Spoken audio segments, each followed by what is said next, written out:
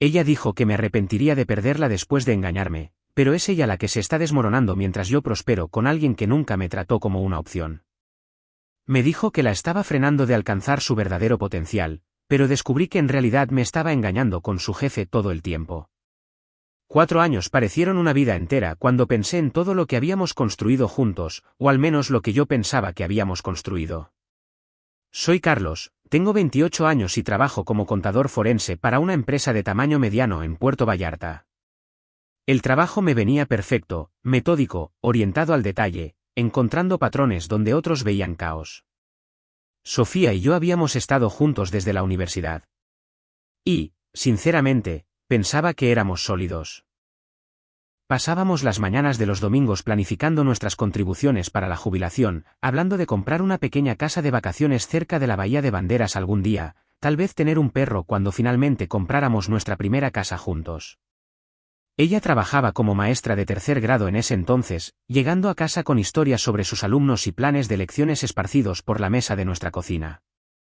Me encantaban esas noches tranquilas, la forma en que se acurrucaba a mi lado mientras yo revisaba expedientes de casos, ambos cómodos en nuestra rutina. Todo cambió cuando consiguió ese puesto en la Galería Horizonte Contemporáneo en el centro. La galería se especializaba en instalaciones de vanguardia y representaba a coleccionistas muy adinerados, el tipo de lugar donde una sola pieza podía costar más que las casas de la mayoría de la gente. Sofía se transformó casi de la noche a la mañana, de alguien que usaba cardigans y zapatos planos y cómodos para trabajar a esta persona completamente diferente, vestida con ropa negra geométrica y hablando con una terminología artística pretenciosa que nunca le había oído usar antes. Empezó a soltar frases sobre desafiar paradigmas convencionales y trascender limitaciones burguesas, poniendo los ojos en blanco cuando no entendía de inmediato a qué se refería con estética postestructural. La mujer que solía emocionarse con las rebajas de Target de repente necesitaba joyas artesanales de artesanos locales y productos para el cuidado de la piel orgánicos que costaban más que nuestra factura de la CFE. Su nuevo jefe, Ricardo, era un carismático director de galería de unos 30 y tantos años. Era uno de esos tipos que usaba trajes caros sin corbata y de alguna manera hacía que pareciera intencional en lugar de descuidado. Según Sofía, estaba revolucionando la escena artística de Puerto Vallarta y tenía conexiones con galerías en Ciudad de México y Guadalajara. Llegaba a casa rebosante de emoción por su visión innovadora y su creencia en el potencial sin explotar de ella, contándome cómo él veía cualidades en ella que nunca se habían cultivado adecuadamente. Ricardo comenzó a programar estas sesiones de desarrollo profesional con ella, generalmente durante cenas en restaurantes de moda de los que yo nunca había oído hablar, lugares donde los camareros explicaban cada plato como si estuvieran recitando poesía. Cuando sugerí unirme a ellos alguna vez, Sofía ponía una expresión incómoda y explicaba que eran conversaciones intensivas de estrategia profesional, demasiado aburridas para que alguien ajeno al mundo del arte las apreciara. Las sesiones se hicieron más largas y frecuentes, extendiéndose a los fines de semana, y Sofía regresaba a casa con una energía que no le había visto desde nuestros primeros días de noviazgo. Hablaba durante horas sobre las percepciones de Ricardo sobre sus sensibilidades artísticas y sus planes para presentarla en materiales promocionales de la galería.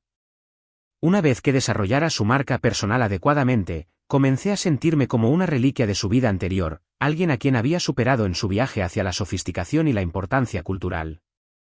El descubrimiento ocurrió un martes por la noche cuando Sofía dejó su ordenador portátil abierto mientras se duchaba.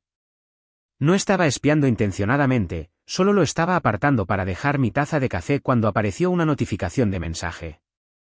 La vista previa mostraba el nombre de Ricardo y palabras que hicieron que se me revolviera el estómago por completo. Abrí el hilo de su conversación y encontré meses de intercambios cada vez más íntimos, comenzando con discusiones profesionales sobre las operaciones de la galería y evolucionando hacia descripciones detalladas de sus encuentros físicos y fantasías compartidas sobre dejar atrás sus vidas actuales. Se habían estado reuniendo en su loft del centro cada vez que ella decía estar asistiendo a eventos de la galería o seminarios de desarrollo profesional, planeando un futuro juntos, mientras yo me sentaba en casa pensando en planos de casas de vacaciones y contribuciones a cuentas de jubilación que ahora nunca importarían. Los mensajes revelaron elaboradas mentiras sobre conferencias de galería de fin de semana que en realidad eran escapadas románticas, cenas caras cargadas a la cuenta de negocios de la galería y discusiones detalladas sobre cómo distanciarse gradualmente de mí sin despertar sospechas. Ricardo la había estado instruyendo en lo que él llamaba gestionar la transición, ayudándola a practicar respuestas a mis preguntas sobre su cambio de comportamiento y enseñándole cómo hacerme sentir aburrido y convencional, para que yo finalmente terminara las cosas por mí mismo. Leer sus intercambios fue como descubrir que había estado viviendo con una completa extraña, alguien que había estado desmantelando sistemáticamente nuestra relación mientras yo permanecía completamente ajeno a la actuación que sucedía justo frente a mí. La mujer en quien confiaba mi información financiera, mis planes futuros y mis inseguridades más profundas había estado compartiendo detalles íntimos de todo ello con alguien que me veía como nada más que un obstáculo a ser cuidadosamente eliminado de la ecuación. Decidí que si Sofía quería borrar nuestra historia juntos, la ayudaría a lograr ese objetivo de manera más exhaustiva de lo que ella jamás había imaginado. Mi experiencia en contabilidad forense me enseñó que las mejores investigaciones comienzan con documentación y análisis sistemático. Así que pasé los siguientes 3 días planeando metódicamente mi completa desaparición de su vida.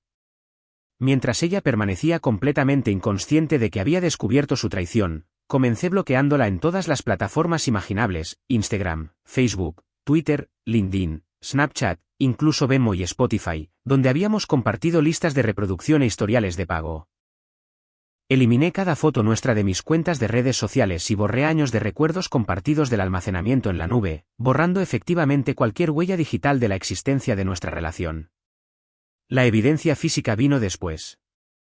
Reuní cada artículo que ella había dejado en mi apartamento durante 4 años, desde ropa y artículos de tocador hasta libros y utensilios de cocina, empaquetándolo todo ordenadamente y coordinando con su hermana para que lo recogiera mientras Sofía estaba en el trabajo.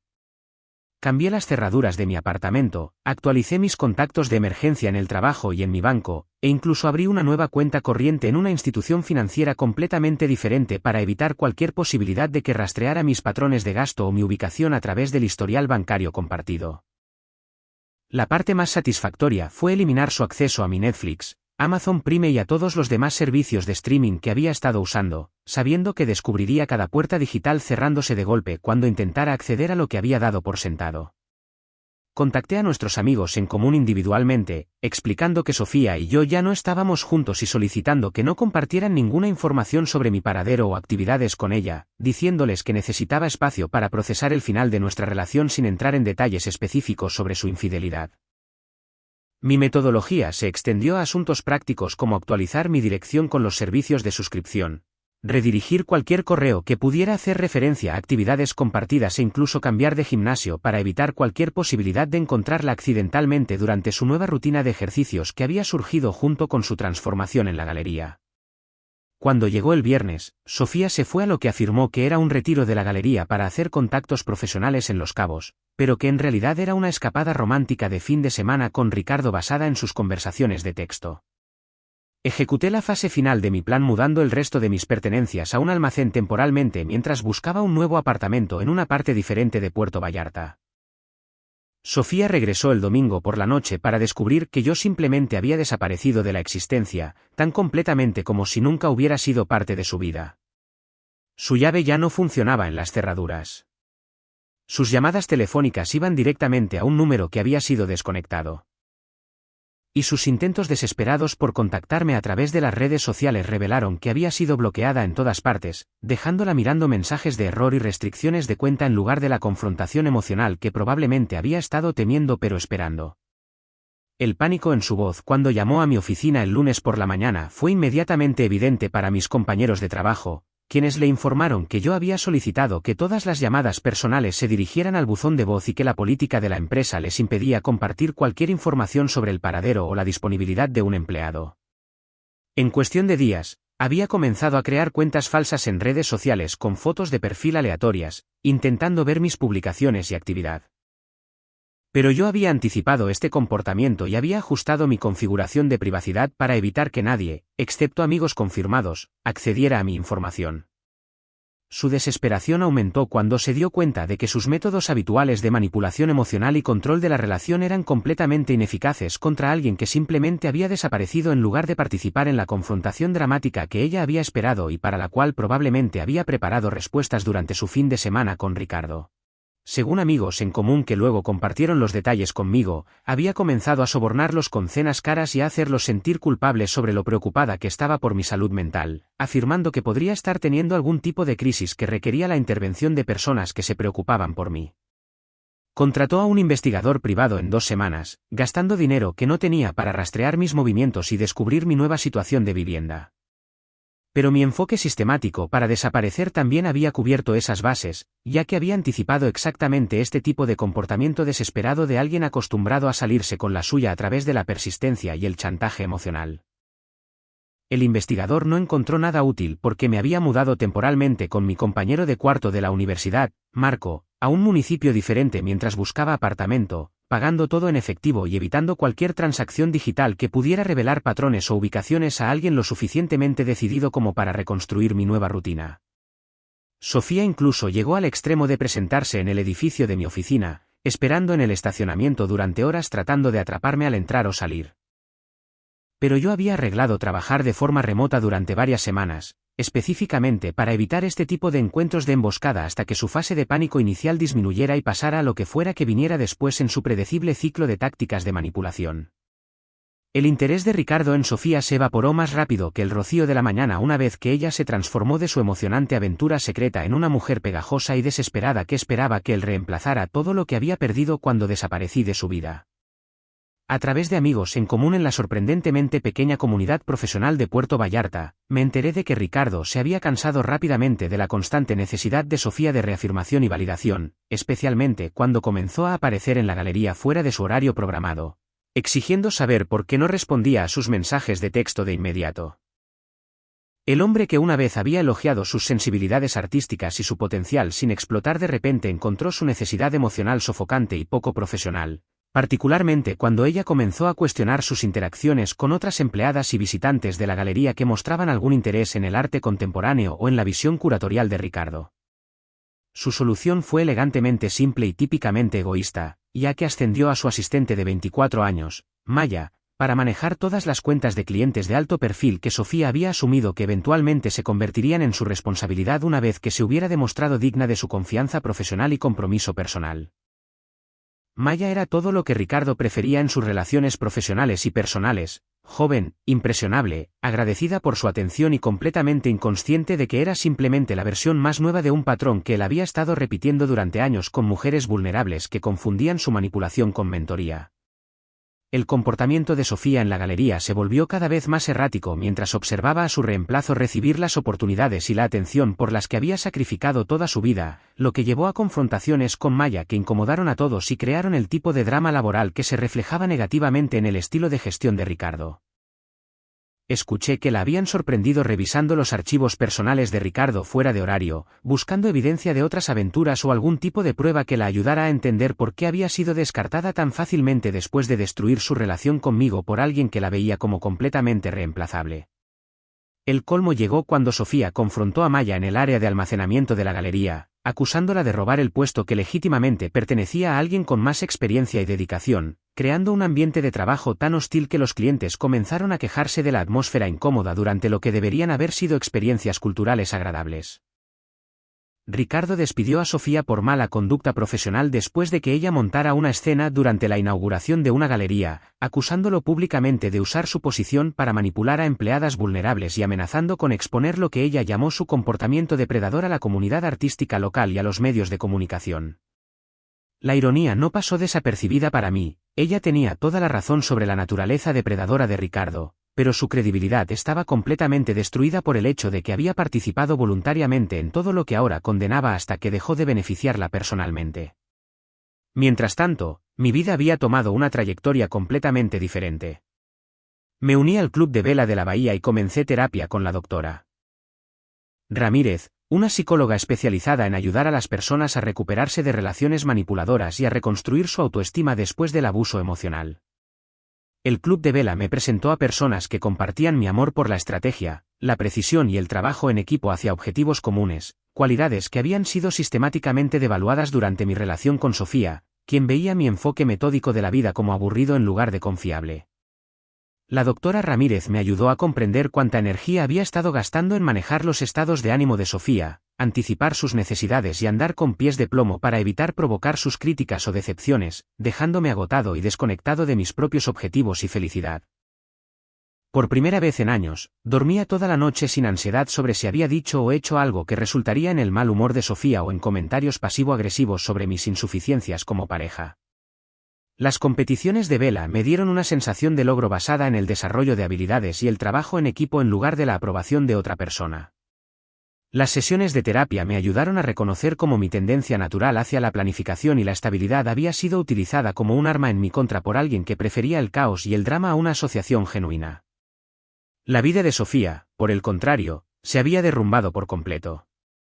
Se mudó de nuevo a la casa de sus padres en un pequeño pueblo de Zacatecas después de no poder encontrar otro puesto en una galería en ninguna parte de Jalisco debido a las referencias negativas de Ricardo y su reputación de perturbar el lugar de trabajo.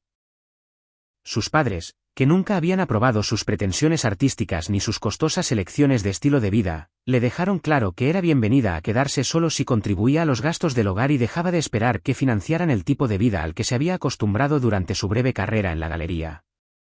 Lo último que supe fue que trabajaba a tiempo parcial en una tienda de manualidades local por el salario mínimo, ayudando a los clientes a elegir suministros para álbumes de recortes y flores artificiales mientras vivía en la habitación de su infancia, rodeada de trofeos de participación y anuarios de secundaria que le recordaban a diario lo bajo que había caído de la sofisticada personalidad del mundo del arte que intentó crear tan desesperadamente.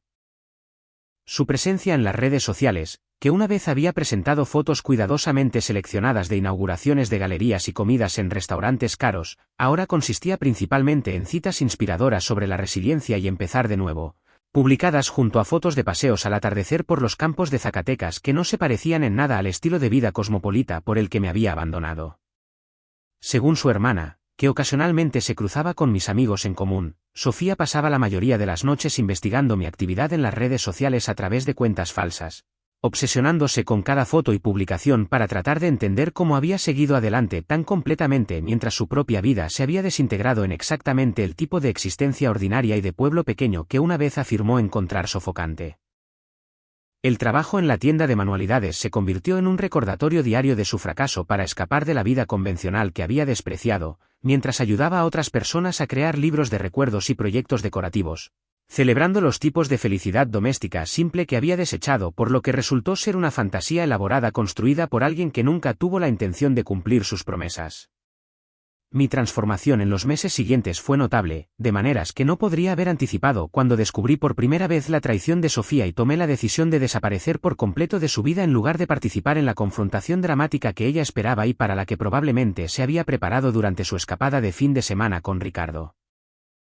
Amigos de la universidad que se reconectaron conmigo a través del club de vela comentaron repetidamente lo mucho más ligero y seguro de mí mismo que parecía, diciéndome que habían notado durante mi relación con Sofía que me había vuelto cada vez más callado y vacilante, dudando constantemente de mí mismo de maneras que parecían completamente diferentes a la persona que habían conocido durante nuestros años universitarios, cuando había sido naturalmente extrovertido y decidido. ¿La doctora Ramírez me ayudó a comprender que había estado adaptando gradualmente mi personalidad para acomodar la necesidad de control y atención de Sofía, atenuando mis propios intereses y opiniones para evitar provocar sus críticas o quejas sobre mis supuestas insuficiencias como alguien digno de sus sofisticadas sensibilidades artísticas. Las competiciones de vela se convirtieron en mi enfoque principal mientras me sumergía en el aprendizaje de técnicas avanzadas de regata y estrategias de navegación, encontrando una satisfacción genuina en la precisión y el trabajo en equipo necesarios para regatas exitosas que me recordaron por qué siempre me habían atraído las actividades que requerían tanto pensamiento analítico como habilidades colaborativas para resolver problemas. Mi competitividad natural, que había sido sistemáticamente desalentada durante mi relación con Sofía, quien veía mi impulso por la excelencia como obsesivo en lugar de admirable, floreció en un entorno donde la preparación y la atención al detalle eran valoradas en lugar de ser descartadas como rasgos de personalidad aburridos que necesitaban ser superados a través de la espontaneidad y la expresión artística. El negocio secundario que comencé, ofreciendo servicios de consultoría financiera a pequeñas organizaciones sin ánimo de lucro, creció orgánicamente a través de las conexiones que hice en la comunidad de vela, donde muchos miembros estaban involucrados en organizaciones benéficas que necesitaban ayuda con la planificación presupuestaria y la gestión de subvenciones pero no podían permitirse las tarifas cobradas por las grandes firmas de contabilidad por servicios que yo podía proporcionar de manera eficiente y asequible. Trabajar con organizaciones dedicadas a la conservación del medio ambiente, la educación juvenil y el desarrollo comunitario me dio un sentido de propósito que había estado completamente ausente durante los años que pasé apoyando el costoso estilo de vida y las pretensiones artísticas de Sofía, que nunca parecieron beneficiar a nadie excepto a su propio ego y su presencia en Instagram. Las regatas de fin de semana por todo el Pacífico mexicano se convirtieron en oportunidades tanto para la vela competitiva como para explorar pueblos costeros que nunca había visitado durante mi relación con Sofía, quien siempre había preferido destinos urbanos caros con tiendas de alta gama y restaurantes de moda sobre el tipo de experiencias locales auténticas que descubrí en lugares como Zihuatanejo, Manzanillo y Mazatlán, donde las comunidades de vela se reunían para competiciones y celebraciones. Las sesiones de terapia con la doctora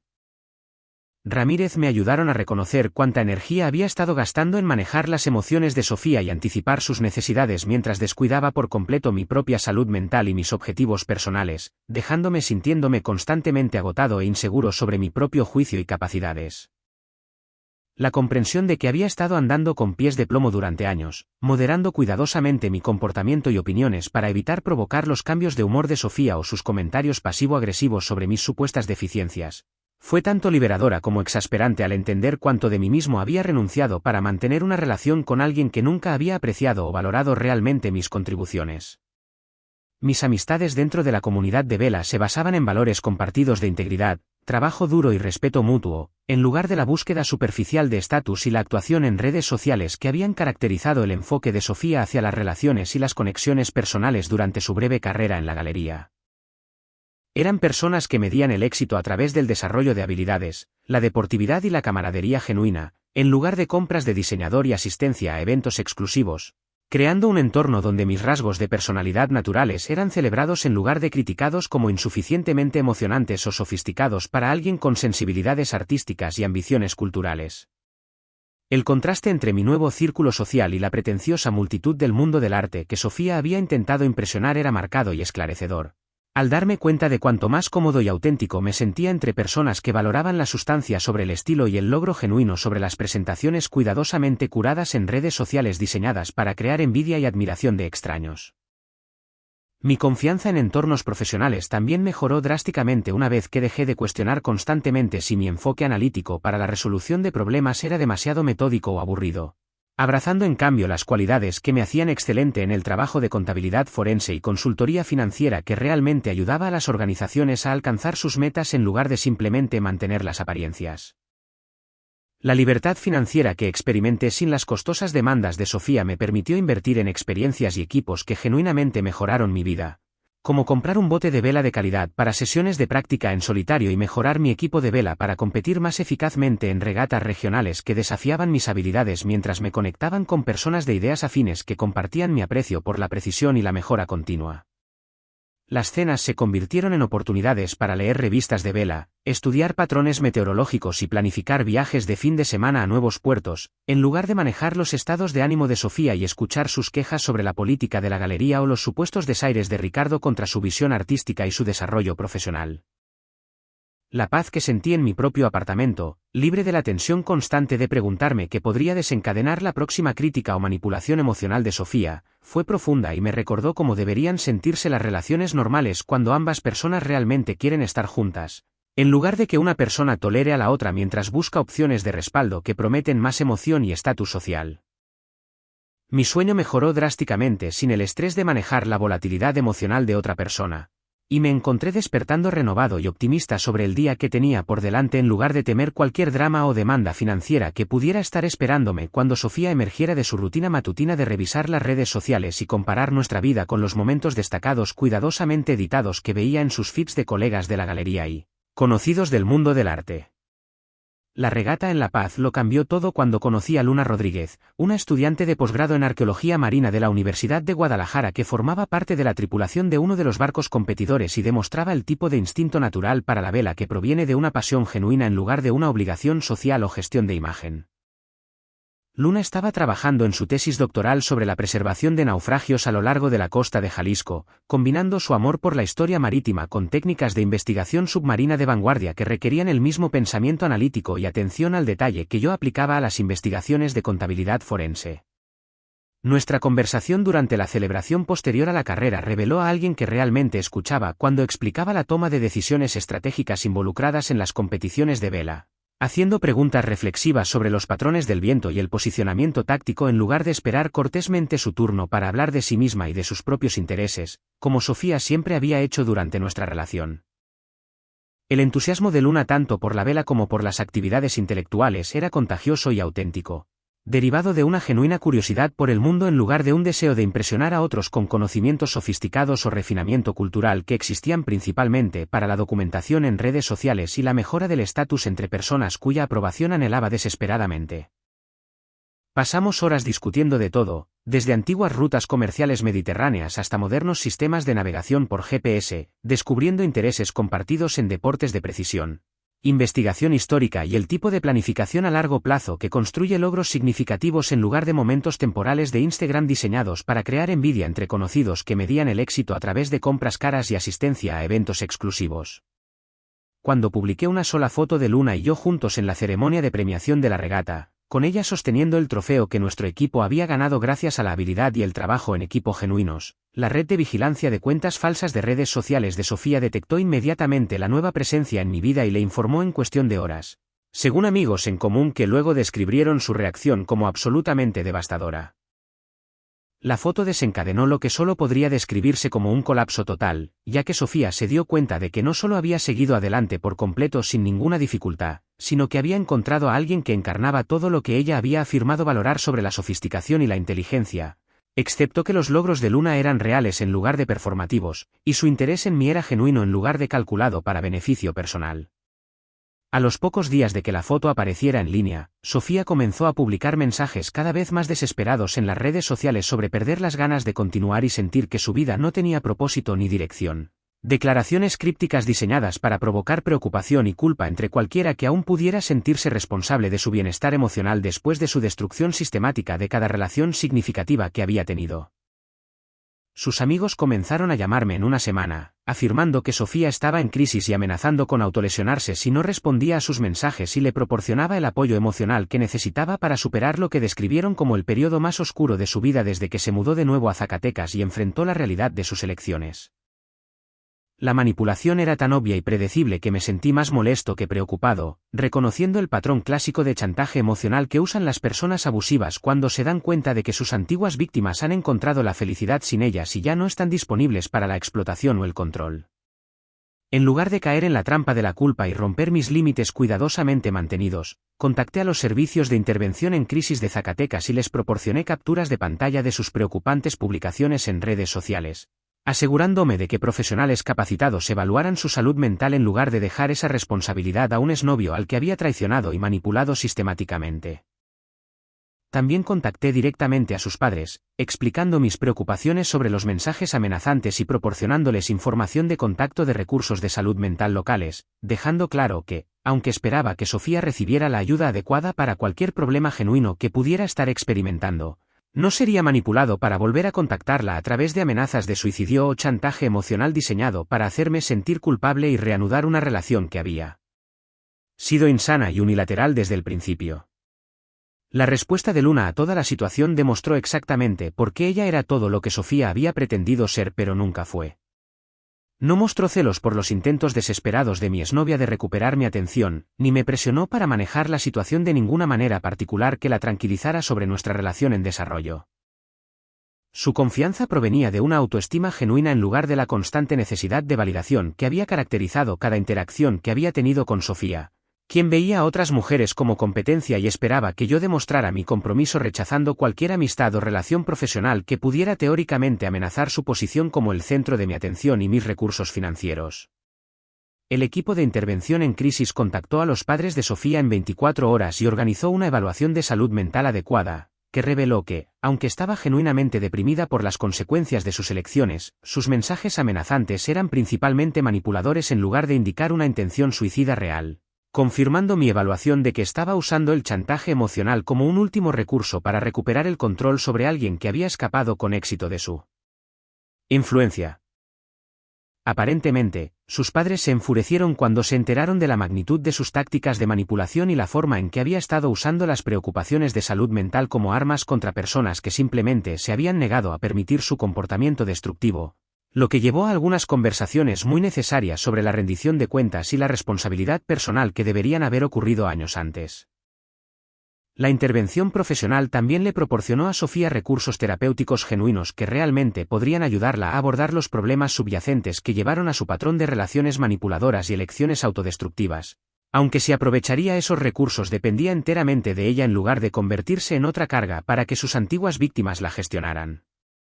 Luna y yo continuamos desarrollando nuestra relación a un ritmo natural, sin el drama y el caos que Sofía parecía requerir para sentir emoción. Descubrimos que la compatibilidad genuina basada en valores compartidos y respeto mutuo creaba una base mucho más profunda que la intensidad artificial del conflicto constante y la manipulación emocional que habían caracterizado mi experiencia de relación anterior. El contraste fue notable al darme cuenta de lo agotador que había sido manejar constantemente las emociones e inseguridades de otra persona mientras mis propias necesidades y sentimientos eran descartados como insuficientemente comprensivos con su temperamento artístico y su sofisticada visión del mundo que exigían una consideración especial. 10 meses después, la fiesta de compromiso de nuestro amigo en común, Javier, proporcionó el escenario perfecto para lo que se convertiría en el intento más desesperado y vergonzoso de Sofía por demostrar que había seguido adelante y había encontrado a alguien mejor que el contador estable y aburrido que no había sabido apreciar su verdadero valor y sus sensibilidades artísticas. Llegó elegantemente tarde con un evidente novio de alquiler, un actor en apuros llamado Bruno, que claramente había sido contratado e instruido para interpretar el papel de un exitoso emprendedor tecnológico, completo con accesorios caros que gritaban alquiler de vestuario y puntos de conversación ensayados sobre su innovadora empresa emergente que supuestamente estaba revolucionando el marketing en redes sociales para pequeñas empresas. Bruno llevaba un Rolex que era obviamente falso para cualquiera que supiera qué buscar. Se comportaba con el tipo de energía nerviosa que proviene de alguien que se esfuerza demasiado por recordar sus líneas y no dejaba de mirar su teléfono como si estuviera gestionando llamadas de negocios urgentes de inversores y clientes que necesitaban su atención inmediata para decisiones cruciales. La farsa comenzó a desmoronarse casi de inmediato, ya que Bruno luchaba por mantener la coherencia en su historia inventada, primero afirmando que su empresa tenía oficinas en Monterrey y Ciudad de México, y luego mencionando su sede en Guadalajara cuando alguien preguntó sobre la escena tecnológica en Jalisco, olvidando claramente qué versión de su biografía ficticia se suponía que debía presentar. Su supuesta experiencia en marketing digital se volvió ridícula cuando los verdaderos amigos de Javier de la industria tecnológica comenzaron a hacer preguntas específicas sobre algoritmos de plataforma y métricas de participación del usuario, lo que llevó a respuestas vagas sobre estrategias patentadas y enfoques innovadores que no podían discutirse debido al secreto competitivo y a solicitudes de patente pendientes. El punto de quiebre llegó cuando alguien mencionó una reciente conferencia de la industria en Cancún, y Bruno afirmó con entusiasmo haber asistido y dado una presentación principal, sin darse cuenta de que estaba hablando con alguien que realmente había estado allí y conocía personalmente a toda la lista de ponentes, ya que había ayudado a organizar el evento a través de su firma de marketing. La expresión del rostro de Sofía sufrió una transformación notable mientras observaba cómo su costosa mentira se desmoronaba en tiempo real. La sonrisa segura que había mantenido toda la noche se quebró al darse cuenta de que todos podían ver a través de la actuación que había orquestado para demostrar su deseabilidad y éxito a un exnovio que había seguido adelante tan completamente que apenas reconoció su presencia. Cuando Bruno olvidó el nombre falso de su empresa a mitad de una conversación y comenzó a llamarla algo completamente diferente, y luego no pudo recordar a qué universidad supuestamente había asistido para su programa de MBA que en realidad no existía, la vergüenza ajena se volvió demasiado para que incluso los educados invitados de la fiesta la ignoraran con gracia. Luna manejó toda la situación con el tipo de gracia y confianza que proviene de una autoestima genuina en lugar de la necesidad desesperada de validación externa que siempre había impulsado el comportamiento de Sofía, sin mostrar nunca celos o inseguridad ante el obvio intento de mi exnovia de hacerla sentir amenazada o inadecuada. Después de que Bruno se excusara para tomar una llamada de negocios falsa y nunca regresara, presumiblemente habiendo decidido que la humillación no valía los pesos que Sofía le había pagado por sus servicios de actuación, ella se me acercó durante un momento tranquilo en la terraza, donde yo había salido para escapar de la incomodidad de su actuación que se desmoronaba. Su desesperación fue inmediatamente evidente cuando abandonó la fachada de confianza que había mantenido toda la noche y reveló a la persona rota debajo que había estado viviendo una mentira completa durante meses mientras monitoreaba obsesivamente mi actividad en las redes sociales y construía elaboradas fantasías sobre recuperarme a través de los celos y el arrepentimiento. Admitió que todo en su vida actual era falso, desde el novio de alquiler hasta el vestido caro que había cargado a una tarjeta de crédito que no podía pagar, todo diseñado para crear la ilusión de que había encontrado algo mejor después de dejarme, por lo que resultó ser un jefe manipulador que la descartó tan pronto como se volvió inconveniente. Las lágrimas fueron genuinas esta vez mientras suplicaba otra oportunidad, afirmando que Ricardo la había manipulado para creer que yo la estaba frenando de su verdadero potencial, cuando la realidad era que yo había sido la única persona en su vida que le había proporcionado estabilidad genuina y apoyo incondicional sin esperar nada a cambio excepto respeto y honestidad básicos. Su historia lacrimógena sobre darse cuenta de que yo era su alma gemela desde el principio y que había cometido el error más grande de su vida sonó hueca cuando reveló que solo había llegado a esta conclusión después de que todas las demás opciones habían fracasado estrepitosamente, dejándola sin nada más que arrepentimiento y la fantasía de que de alguna manera podría deshacer las consecuencias de sus elecciones a través de lágrimas y apelaciones dramáticas a nuestra historia compartida. Escuché con genuina compasión por su dolor mientras mantenía una claridad absoluta sobre el hecho de que la confianza, una vez rota por una traición deliberada y una manipulación sistemática, no podía reconstruirse sobre los cimientos de la conveniencia y la desesperación que caracterizaban su enfoque actual hacia la reconciliación. Sus afirmaciones sobre la manipulación de Ricardo ignoraban la realidad de que ella había sido una participante dispuesta y entusiasta en cada decisión que la había llevado a su situación actual. Desde la elección de tener una aventura hasta la decisión de tratarme con desprecio mientras perseguía lo que creía que era una mejor opción para su futura felicidad y estatus social. La conversación reveló lo poco que realmente había cambiado o aprendido de sus experiencias, ya que continuaba presentándose como una víctima de las circunstancias en lugar de alguien que había tomado decisiones deliberadas basadas en el egoísmo y la gratificación a corto plazo a expensas de las personas que genuinamente se preocupaban por su bienestar. Cuando le expliqué que estaba genuinamente feliz con Luna y que no tenía interés en volver a una relación que se había construido sobre cimientos desiguales desde el principio, la reacción de Sofía demostró que su supuesto crecimiento y autorreflexión todavía se centraban principalmente en conseguir lo que quería en lugar de aceptar la responsabilidad por el dolor que había causado a otros. Se enfadó cuando me negué a proporcionarle la absolución emocional que buscaba, acusándome de ser frío e implacable por no reconocer su remordimiento genuino y no darle la segunda oportunidad que sentía que merecía después de sufrir las consecuencias naturales de sus elecciones. La ironía de que ella exigiera perdón mientras criticaba simultáneamente mi carácter por no proporcionárselo se le escapó por completo, al igual que el hecho de que solo se había puesto en contacto después de agotar todas las demás opciones, en lugar de porque realmente me extrañara o se diera cuenta del valor de lo que habíamos compartido juntos. La respuesta de Luna al presenciar el desesperado intento de manipulación de Sofía reveló todo lo que necesitaba saber sobre el tipo de persona que había encontrado y el futuro que estábamos construyendo juntos. Nunca mostró el más mínimo indicio de celos o inseguridad ante el colapso emocional de mi exnovia y sus dramáticas apelaciones a la reconciliación que podrían haber amenazado a una mujer menos segura de sí misma. Su reacción fue pura clase y madurez emocional, ofreciendo un apoyo silencioso a mi decisión de mantener los límites mientras se negaba a participar en el tipo de competencia mezquina que Sofía claramente esperaba provocar con su actuación en la fiesta y su posterior conversación privada conmigo.